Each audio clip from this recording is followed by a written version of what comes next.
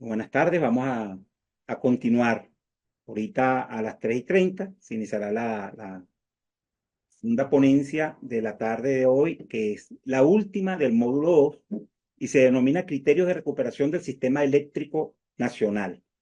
Está a cargo del ingeniero Miguel José Lara Guarenas, quien es ingeniero electricista en la especialidad de Sistemas Eléctricos de Potencia, con maestría en Ingeniería Gerencial y con 46 años de ejercicio profesional.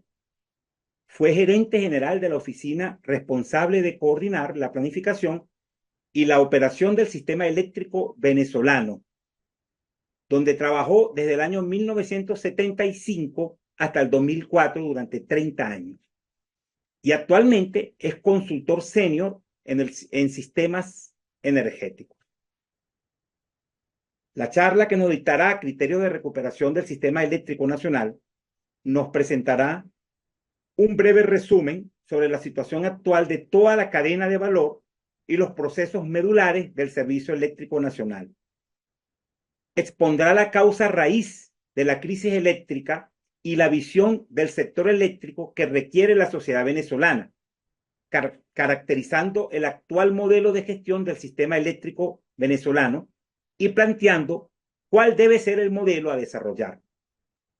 Luego se analizarán los criterios que deben ser considerados para el desarrollo de un plan de recuperación y transformación del sistema eléctrico venezolano, presentando una hoja de ruta con las fases del plan para lograr la recuperación de nuestro sistema, estableciendo los hitos y logros alcanzables. Le damos una cordial y efusiva bienvenida al ingeniero Miguel José Lara Guarenas. Bueno, buenas tardes a todos. Muchas gracias por compartir este momento para interactuar con ustedes y atender la invitación que me hiciera el doctor Marín para dar una cátedra a varias universidades. Me imagino que eh, podemos tener una retroalimentación positiva de todo lo que podemos compartir con ustedes. Aunque se llamaba criterios para la recuperación, sí, la lámina que están viendo dice modernización y transformación del sistema eléctrico, porque el plan no solamente que nosotros hemos venido trabajando se limita a la recuperación, sino que tiene una visión mucho más allá de la recuperación, que es lograr un nuevo modelo de sector eléctrico para Venezuela, ¿no? Aquí está el alcance, como lo dijo la persona, el ingeniero que tuvo a cargo la introducción. Voy a hablar brevemente, muy brevemente, porque sé que muchos colegas de los que me han precedido en días anteriores y en charlas anteriores han hablado de la situación de la cadena de valor del CEP, que más o menos me imagino que ya es conocida por ustedes y la causa raíz de la misma. Muy rápidamente. Poco en el CEP que deseamos y que podemos alcanzar, es lo importante. Si lo deseamos, es factible el de alcanzar y cómo, no solamente qué, sino cómo hacerlo. El plan y la hoja de ruta la voy a mencionar para la recuperación, modernización y transformación. Y aquí es donde quizás voy a hacer un poco más de énfasis, entrar en unos detalles de cuáles son los criterios que se deben tener en cuenta a la hora de ir de la situación actual, como dijo el ingeniero Ceballos, ahora que tenemos, a esa situación deseable, ¿no? Que a donde vamos a transitar. Y al final, unas conclusiones que las voy a decir, no las voy a poner por escrito porque las conclusiones por lo general son muy personalizadas de quien da la charla. Y pues aquí le dejo la libertad de, una vez que veamos todo lo anterior, de que cada quien saque sus propias conclusiones, pero yo voy a dar una de manera verbal, ¿no? Entonces, primero, la cadena de valor, muy rápidamente, pues aquí nada más estoy poniendo las actividades que definen, que tienen valor comercial en un sistema eléctrico, como son la generación, la transmisión, que acaba de abordar el ingeniero Ceballos, la distribución de la energía eléctrica y la parte de atención y comercialización a los usuarios, ¿no? Muy brevemente, esto ya lo deben saber, pues que tenemos básicamente 50% de generación, de capacidad de generación instalada en el país, muy similares, vamos a ver, unos 17 contra unos 19. Eh, Aquí dice alguien que lo admita. Bueno, esa es la composición de lo que tenemos, un sistema hidrotérmico, aunque hay una instalación eólica de las mismas prácticamente están paralizadas hace mucho tiempo y no están en funcionamiento. Por lo tanto, básicamente es hidrotérmico. Sistema de transporte, de transmisión, que básicamente aquí englobamos nosotros por tradición, todo desde 765.000 voltios hasta 69.000 voltios, que es el sistema de transmisión y su transmisión de la electricidad de Caracas, que es el más bajo. Luego viene la distribución, que está en niveles de tensión inferiores a ello, que son las, las redes pues, de distribución y redes y circuitos locales. Y los usuarios, que en Venezuela pues es definido como tenemos antes, antiguamente el mayor consumidor era industrial, gracias a que teníamos una industria petrolera y una industria ferrosiderúrgica de muy alta intensidad eléctrica y representaban en aquel entonces más del 50% del consumo del país. Eso ha cambiado, ahora es más, la mayoría es residencial, pero tenemos también comercio, tenemos entes oficiales, consejos municipales, etcétera, instalaciones gubernamentales que consumen. Las áreas de los servicios, me refiero a hidros, a transportes, sistemas metro, aeropuertos, etcétera, y el agro, ¿no? Industrial. Entonces, si escuchan un ruido, pues es porque está entrando unas son personas solicitando admisión. Le voy a dar un poquito cómo han sido estos datos para recordar y nada más entrar en contexto la demanda histórica que oficialmente, el último boletín oficial que hubo, colocó el Ministerio de Energía de Electricidad, fue 18.696 megavatios, que ocurrió en el 2013. La demanda en ese entonces fue 13.400 megavatios, ¿verdad? Y había en el 2023 fue esa, pero ahorita en el 2024, le puedo decir, ya estamos cerca de los 14.000 megavatios, que no es nuestro pronóstico, como podemos ver adelante. En aquel entonces racionó a la hora pico del orden de 1.400 megavatios. Son valores estimados, no hay cifras oficiales, por lo tanto, el valor exacto, pero en este orden vamos y vemos que había una capacidad del orden de 12.000 megavatios de disponible, ¿no?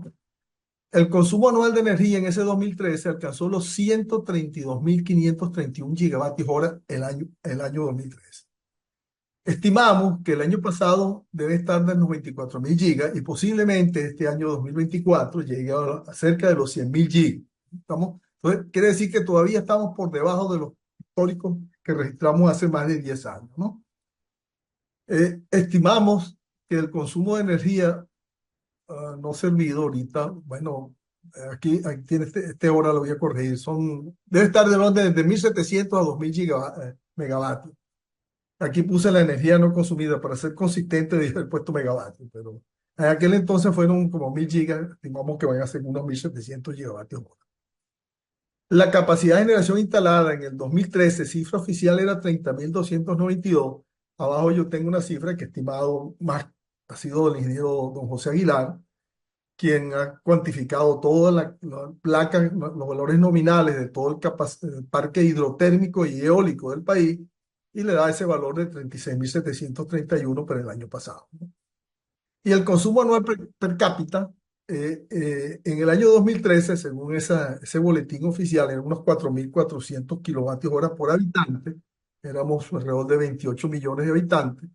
Ahorita debe estar por el orden de 3.760. Si a los 33 que se dice que somos, le quitamos los 8 que se han ido.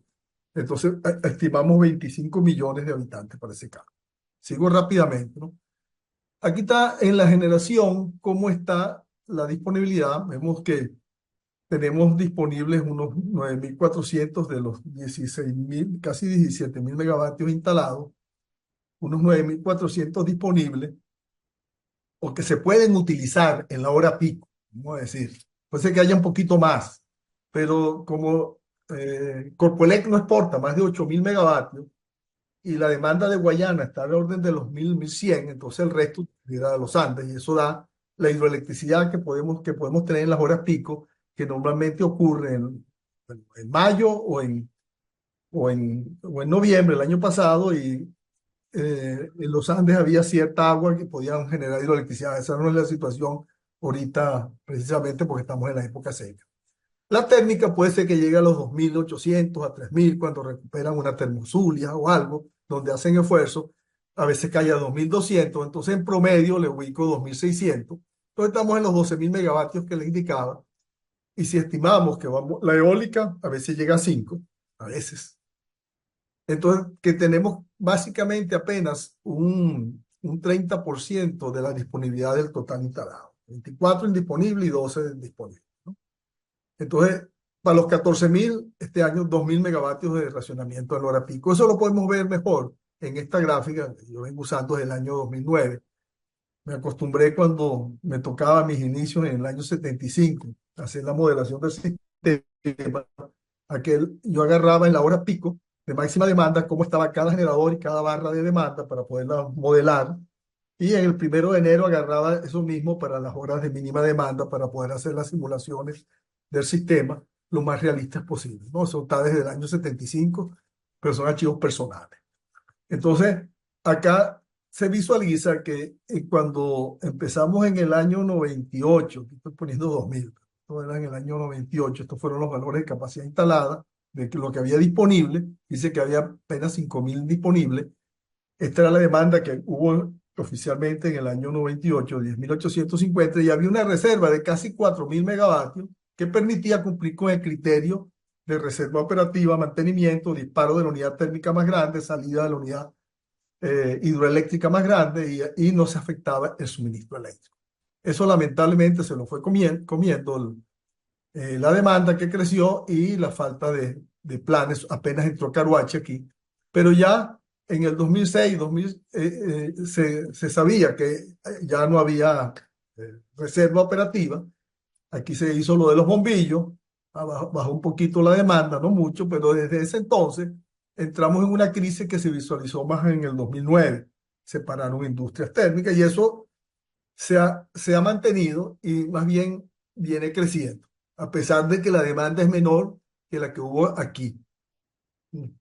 Entonces, bueno, esto tenía para el 2023 y yo lo actualizo para el 2014, pongo 14.000 y 12.000, vamos a tener racionamiento hasta de 2.000 megavatios en la hora pico.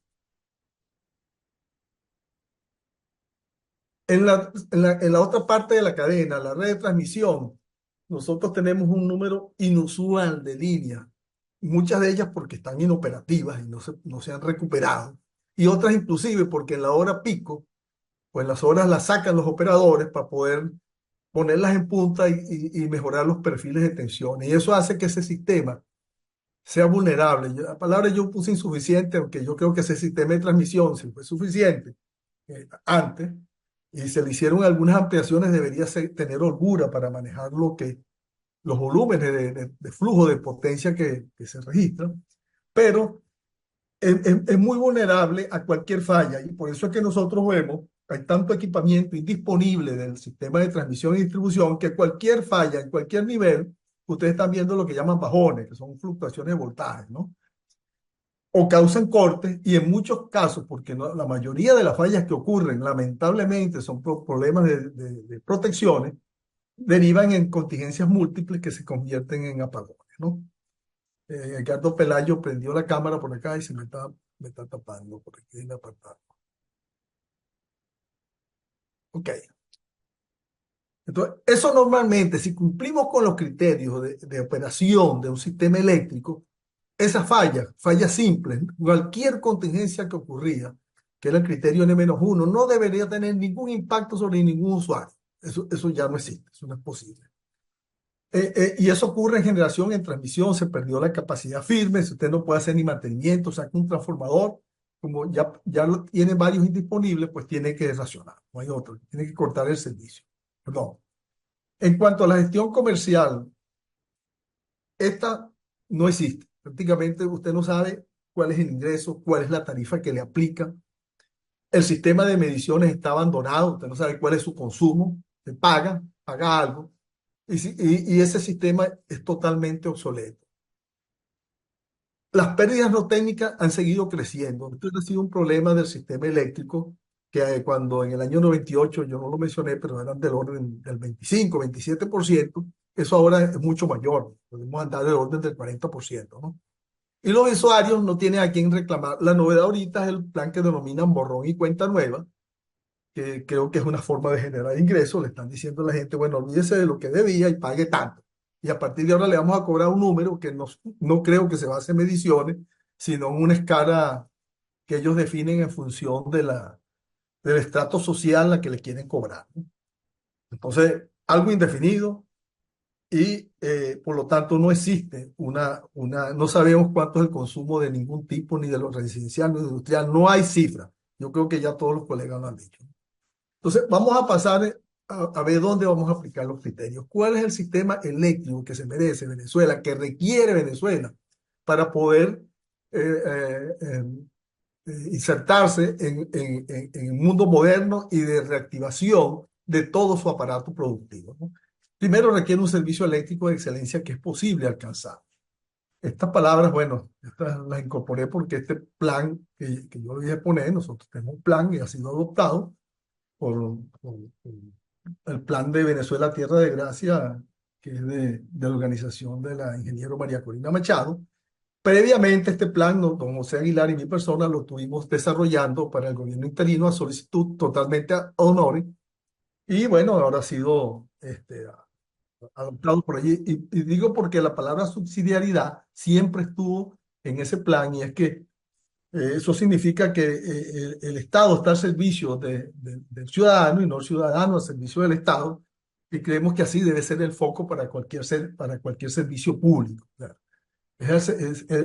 razón de ser del servicio eléctrico es el usuario, ¿no? O los usuarios, los distintos tipos de usuarios.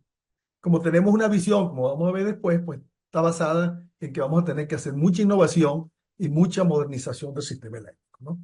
Aquí está lo que lo caracteriza: planificación y cumplimiento de planes. No es lo que ha caracterizado el modelo de gestión actual.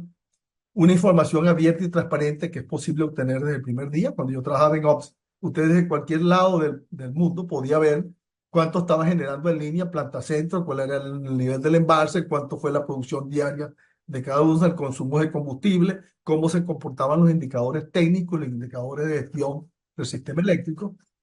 El recurso humano era capacitado, había conocimiento, experticia, capacidad de educación, y eso lo podemos, es una obligación en cualquier plan recuperarlo. Eso es lo único que te garantiza a ti que vas a tener un servicio continuo, confiable y de calidad, ¿no?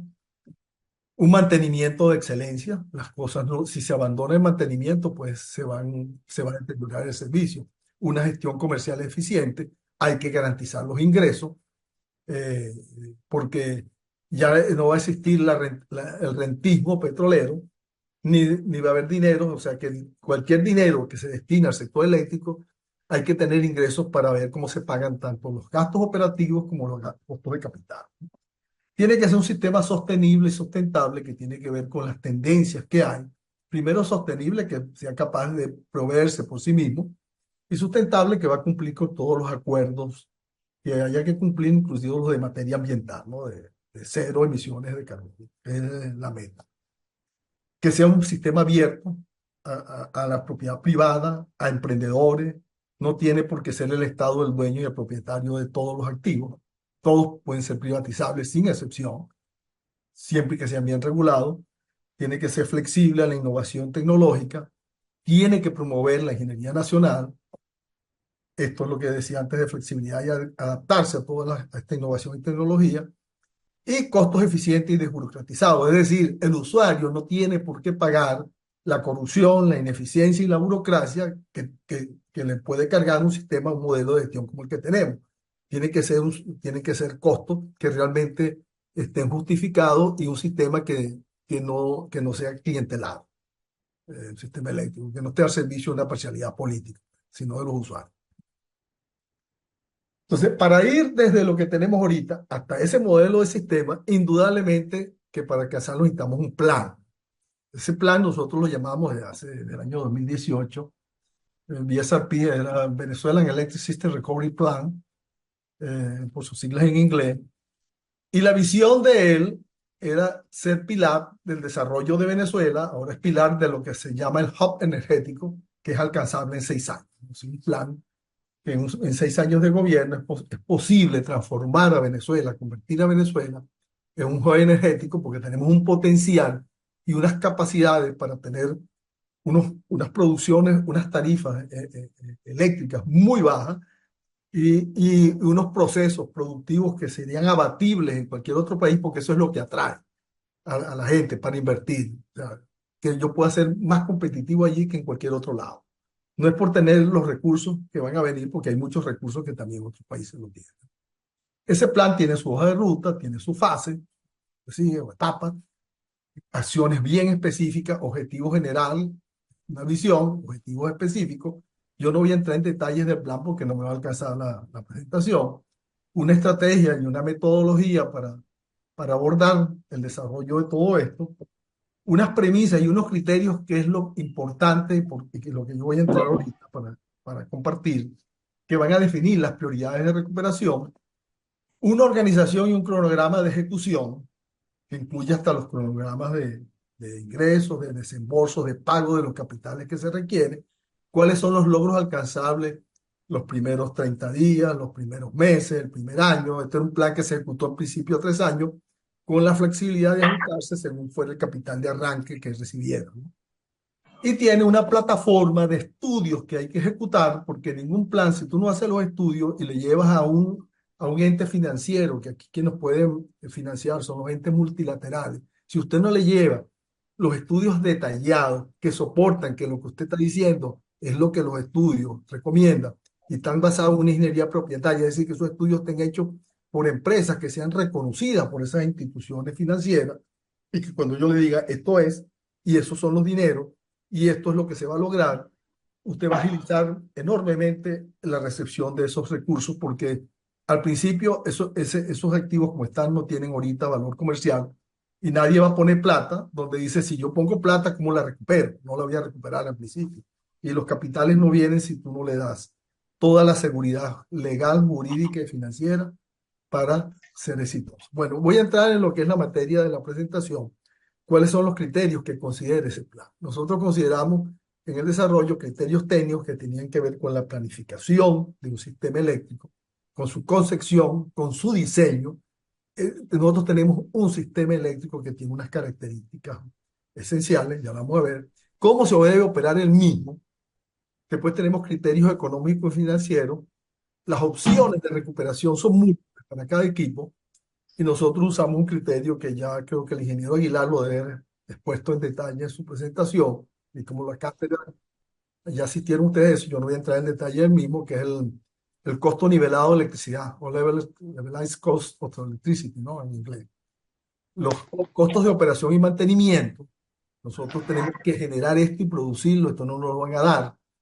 Los costos de capital, cuánto debe ser el costo de arranque y los desembolsos que necesitamos y cómo vamos a pagar las tasas de interés y cómo vamos a pagar estos capitales en cuánto tiempo.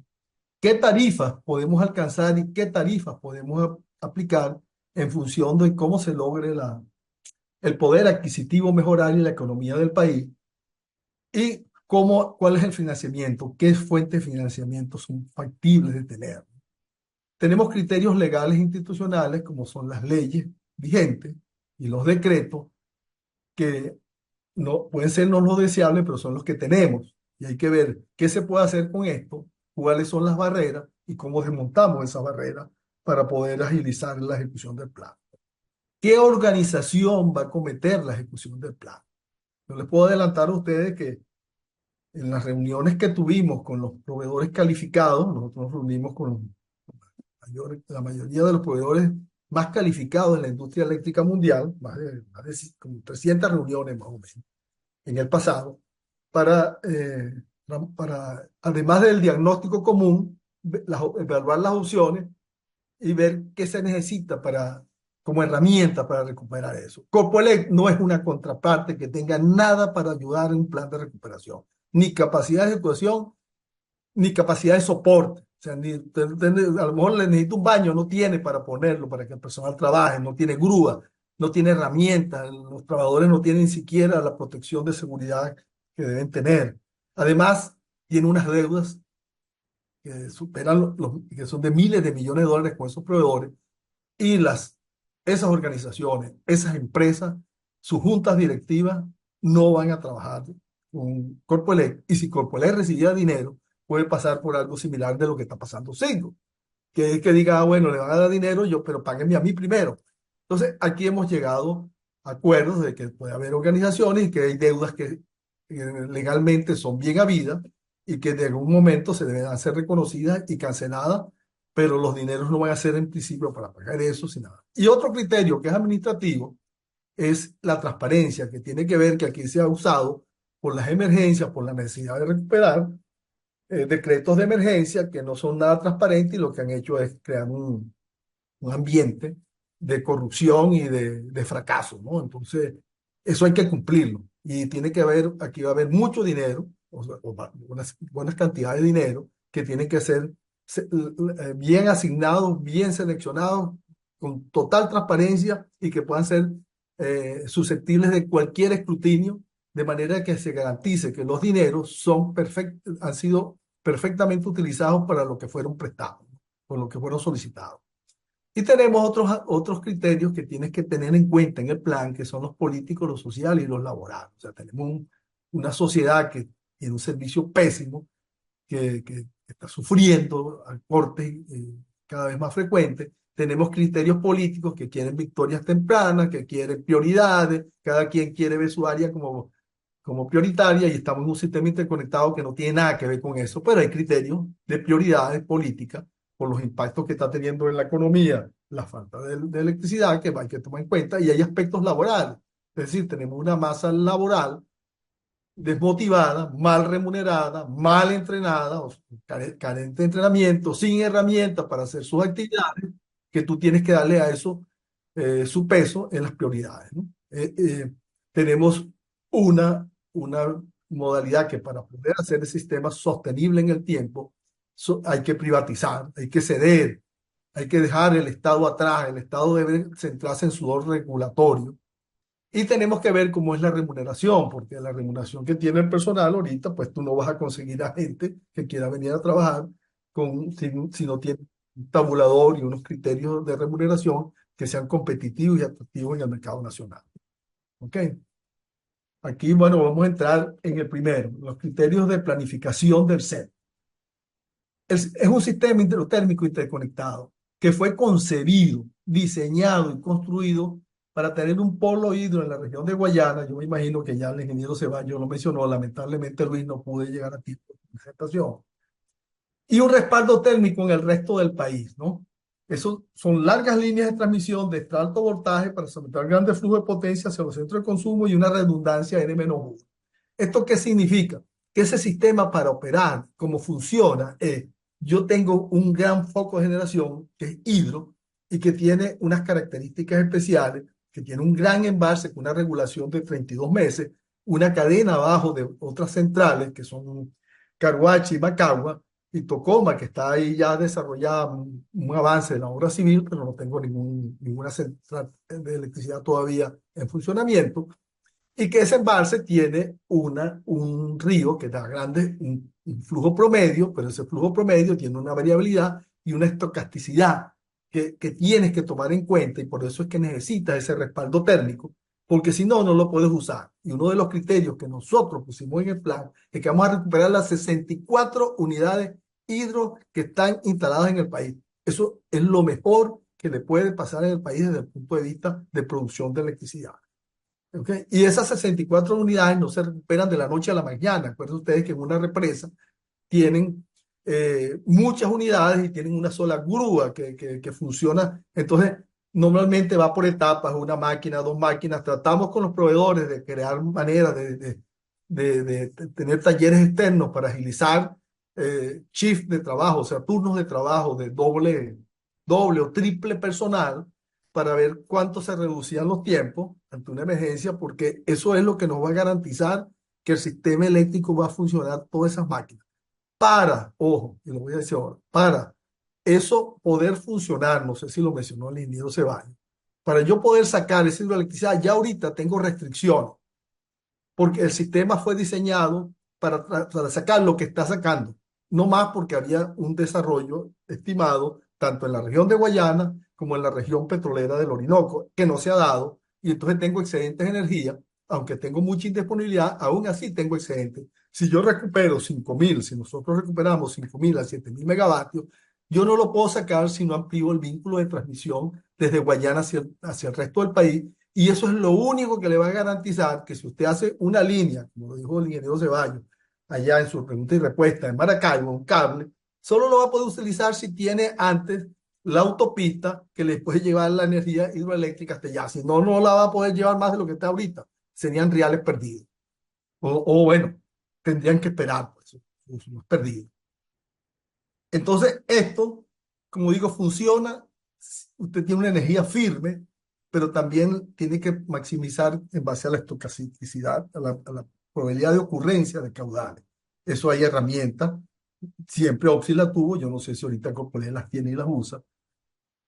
Es un objetivo, uno de los objetivos específicos es maximizar el uso, es cumplir otra vez contingencia N-1, es mantenimiento del equipo y los límites de transmisión respetarlos, porque aquí se dice que, escuchan que Corpoelec dice que lo que se exporta de Guayana son 8.000 megavatios.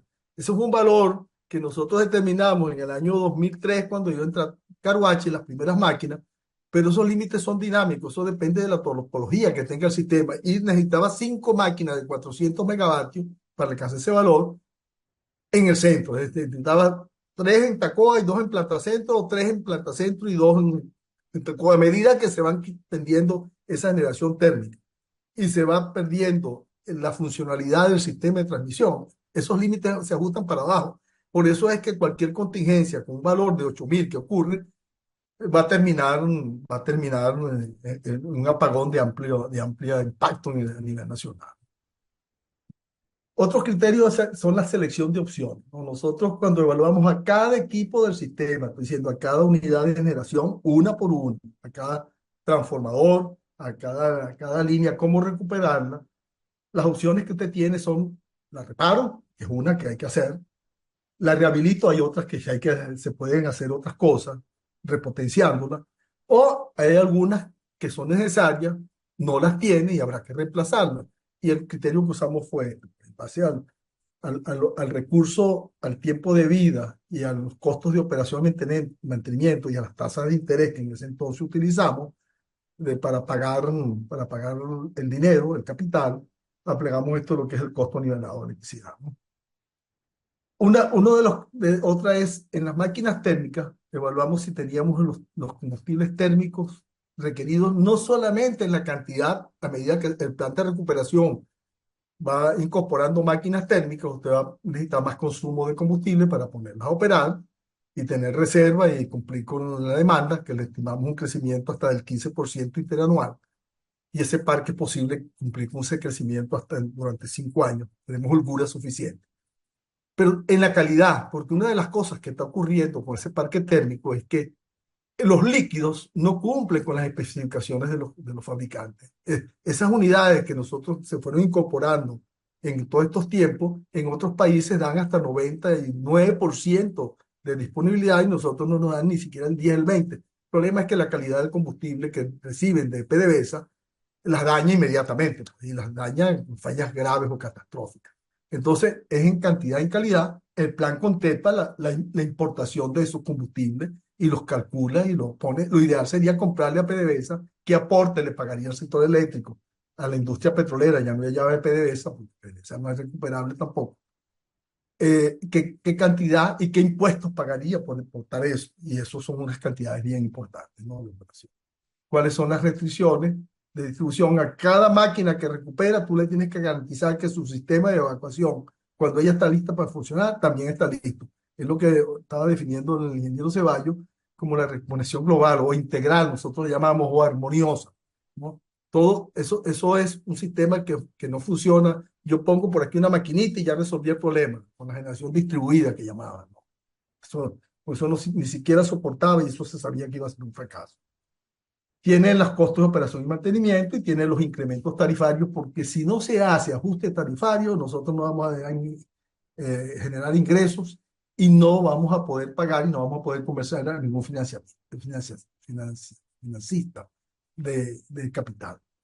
¿Okay? Puede ser que digan por emergencia humanitaria le podemos dar algo. Yo me acuerdo cuando nos ofrecieron al principio algunas cosas, yo le dije, bueno, si es humanitario, te quiere las maquinitas, esas Fast Power, tal, dígale a su gobierno que las done, serán bienvenidas y que ellos paguen el poco de combustible y el poco tiempo que van a durar esas máquinas. Y bueno, pero si es regalado, como dicen, bienvenida será, ¿no? Tenemos criterios de financiamiento. ¿Quiénes son las fuentes de financiamiento? Mira, aquí serán las multilaterales, será el Banco Mundial, el Banco Interamericano de Desarrollo, será la CAA. O sea, esos son los únicos que no puedes prestar. Alguna vez puede ser alguna banca de inversión de los países, de organismos que estuvieron abiertos a ese financiamiento. Pero esas son las fuentes. Y lo otro es las tarifas. No hay otra fuente de financiamiento. Cuál es el capital de arranque que necesitamos, que es posible manejar, y cuáles son los aportes subsecuentes que van a venir, cuál es el programa de aportes que vamos a tener, porque tenemos que un flujo de caja en base a los ingresos, a estos egresos que contemplan gasto de combustible, nómina, todo, mantenimiento, operación, pago, todo esto, y los pagos de capital. Todo eso tiene que tenerlo el plan, cuál es el periodo de gracia, cuáles son los plazos para pagar, los intereses asociados, todas estas cosas. Esos criterios tienen que ser contemplados en cualquier plan. Porque si no, el tipo dice, dame los reales y yo veo como no los pago. No, eso ya no existe. Eso no va a existir. Hay criterios legales y administrativos. Tenemos una ley, había otra ley que iba a sacar la Asamblea Nacional Legítima, que es la legítima, la del 2015. Pero tenemos que ver cuáles son los obstáculos y cómo los desbloqueamos. Eso se ha trabajado en eso y esos serían decretos que tenía que tener cualquier gobierno, se llama de transición, el que va a venir ahora, o el gobierno eh, digo gobierno del doctor González Urrutia, porque todo esto que yo le estoy hablando, solo el principal bloqueo es lo que tenemos ahorita, porque el modelo de sector, que es la causa raíz de lo que tenemos, es un modelo que obedece a una ideología política totalmente centralizado, partidizado, y que bloquea todo, pues, no tiene apertura a ningún capital que no sea dame dinero y yo los meto en ese ecosistema de corrupción y de despilfarro que ha caracterizado el sector eléctrico. Bueno, tenemos la administración de los recursos al proceso de recuperación, modernización y de transformación del SER. Hay cuál es la estructura organizativa para los proyectos, cómo vamos a abordar desde el día de el control de las actividades y de los procesos, de las actividades críticas y procesos medulares del sector para garantizar no solamente la integridad de las instalaciones físicas, sino la continuidad del servicio, no lo interrumpa. Nosotros nos preparamos para cualquier escenario. Tú sabes con quién estás manejando y allí no hay ningún tipo de garantía que no vayan a haber perturbaciones sobre instalaciones o sobre procesos. Entonces hay que estar preparado para eso. Tiene que tener clarito cuáles van a ser los criterios para seleccionar las firmas que van a trabajar. Nosotros somos que deben ser los mejores. Con estas empresas de maletín o empresas tercerizadas que hacen lleva y trae de otras, tú no vas a lograr una recuperación del sector y por eso es que recuperan, pero enseguida las ponen a funcionar y en al poco tiempo fallan y las fallas son más severas. Entonces tú tienes que garantizar, y así lo hicimos en el plan, que tú recuperas y entrenas al personal de esa instalación para que lo opere y la mantenga con estándares de calidad mundial, de clase, y que pueda ser supervisada su operación vía telemática desde cualquier parte del mundo.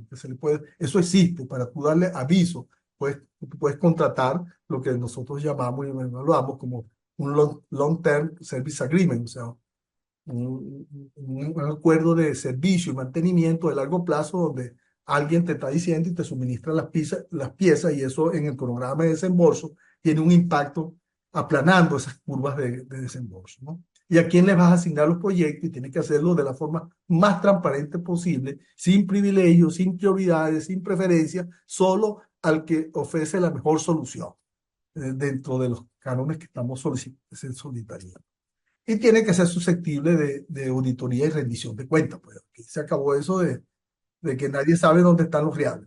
Aquí tiene que saber a quién se le dio, qué se hizo. Aquí tenemos proyectos donde se han dado dinero y aquí hablaron algo así los chinos, aquí se dieron unos dineros. El BID dio 300 millones de dólares para recuperar las máquinas a los chinos, a Dongfang, de Guri. Los dineros se dieron, pero no hay ninguna máquina funcionando. ¿Qué se hizo? Pues Eso no puede volver a ocurrir. Eso ya se sabrá en el futuro si hay intención de saberlo, ¿no?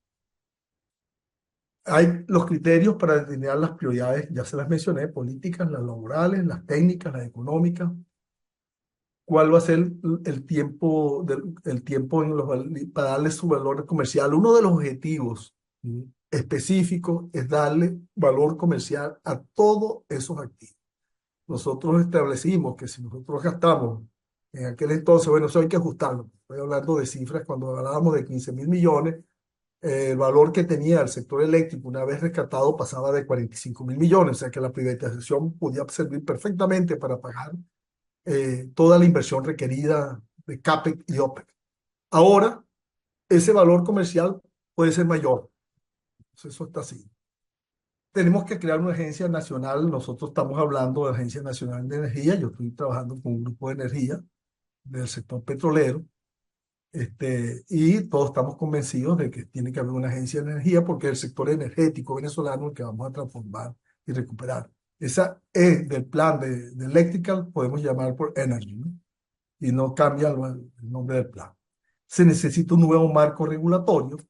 No es funcional, no sirve para la visión que tenemos de hub energético. Es un nuevo modelo de negocio. Al tener un nuevo modelo de sector, determina un nuevo modelo de negocio de ese sector, de apertura total, emprendimiento y de donde posiblemente las tarifas pues, van a ser determinadas, eh, no como se hace ahorita, que uno subsidia a otro, sino, mire, cuando tú como operas el sector, te determina un costo de operación y esto tiene un costo de una tarifa y esa tarifa sube o baja y es variable y se ajusta en función de cómo sea el uso de los recursos energéticos, pues, ¿no?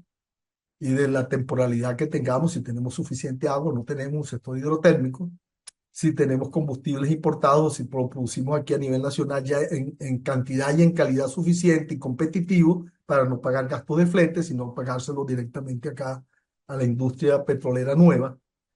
Un barco laboral con una remuneración aceptable, ¿no?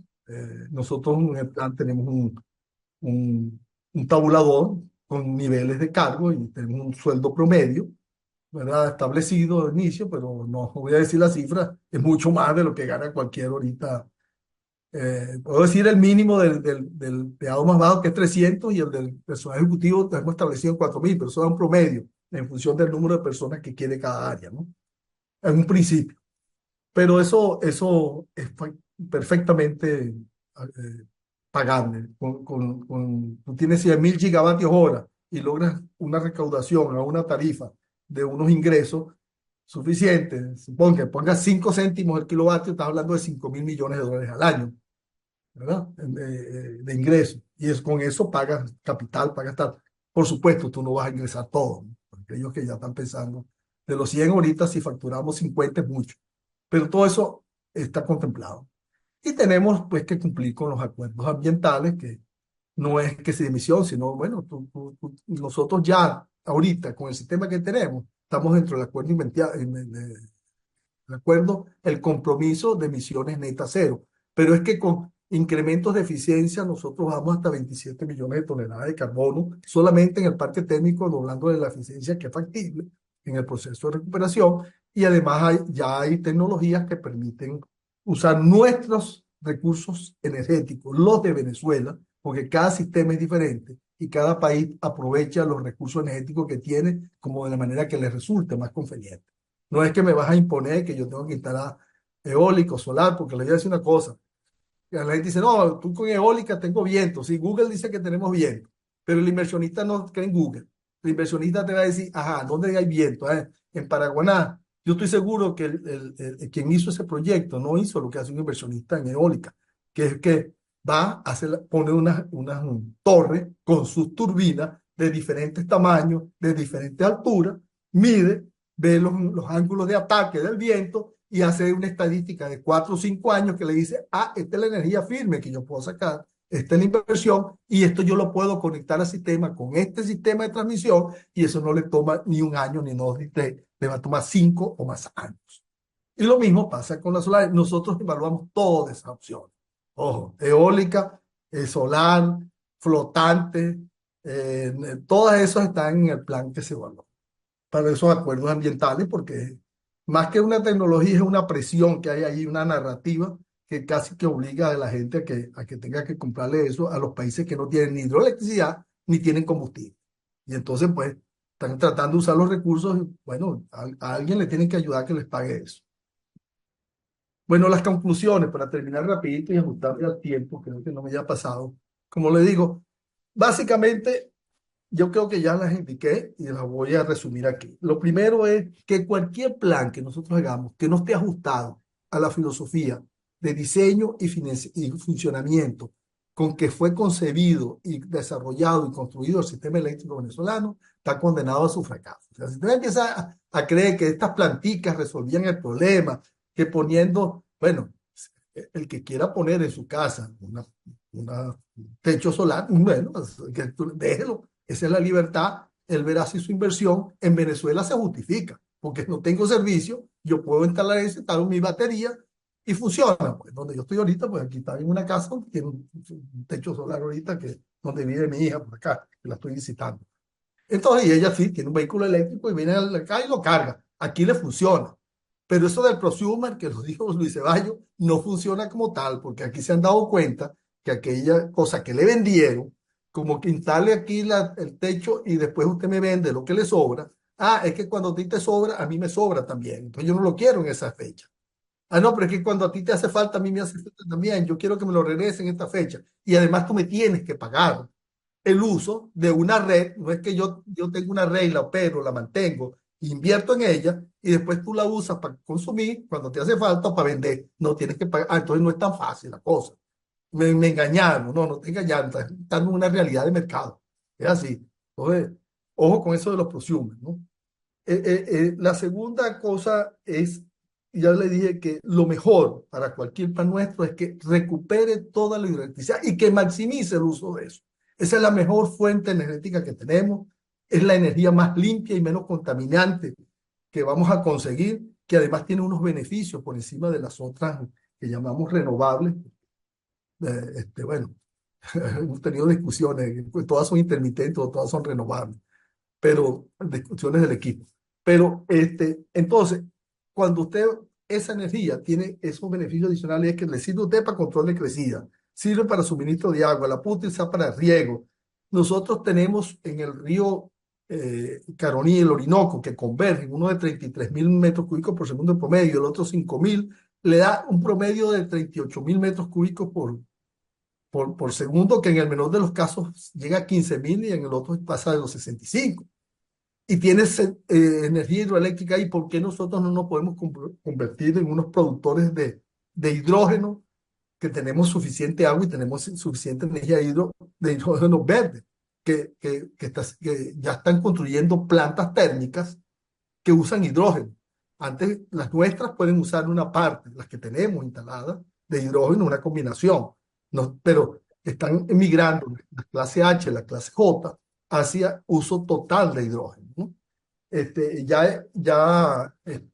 Alemania está cambiando a esto porque esto le da firmeza y es limpio.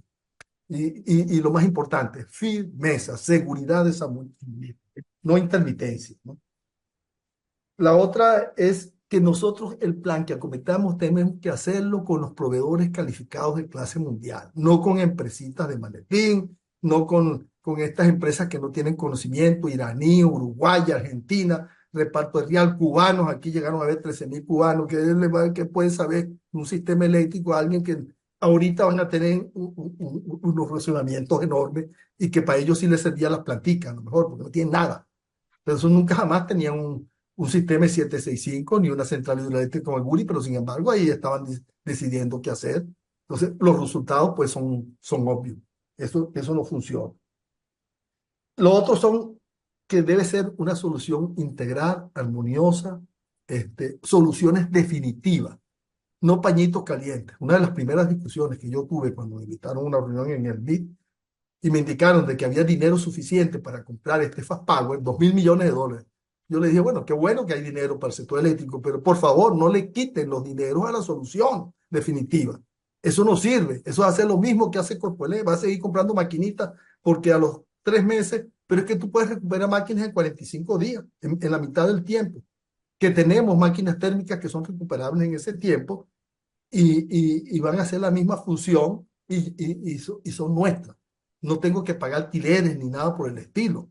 Entonces, ojo con esas respuestas rápidas, victorias tempranas, porque el sistema requiere soluciones definitivas, hay que decírselo a la gente, hay que transmitírselo. Ya el ingeniero Ceballos dijo, esto no va a estar de la noche a la mañana.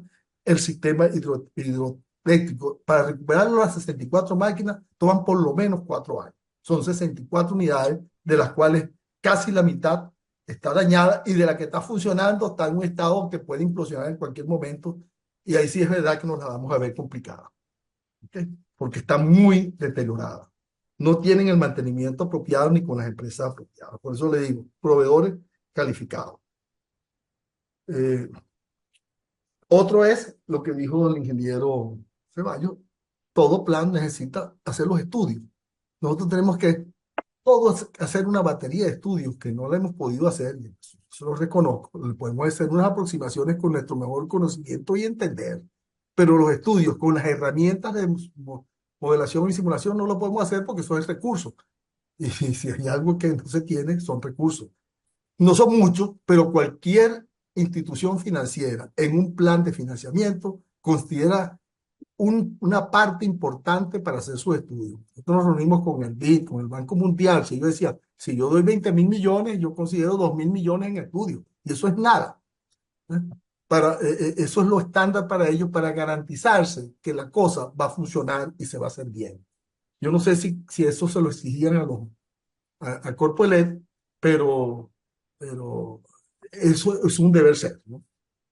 Entonces, bueno, yo para terminar, solamente me voy a permitir recordar una frase que le escuché cuando la Electricidad de Caracas cumplió 100 años al doctor Francisco Aguerrevere. Tuve la oportunidad de estar en ese acto. Para él resaltar la importancia de la electricidad, él indicó que los países, y sobran los ejemplos, pueden desarrollarse sin petróleo. Es el caso venezolano. Nombró Japón, los países de los tigres asiáticos, en aquella época, pues no era lo que estaba de moda. No tienen petróleo, pero están en pleno desarrollo. Pero sin electricidad eso no es posible. Por lo tanto, a la electricidad hay que darle una importancia capital. No puede haber reactivación económica. Cuando ustedes escuchen a estas personas opinando y diciendo que van a crecer, tal, y bueno, ¿y qué vas a hacer con el sector eléctrico? No te saben, no están hablando con la verdad. Entonces, muchas gracias y quedo a su disposición para las preguntas que tengan ustedes por hacer.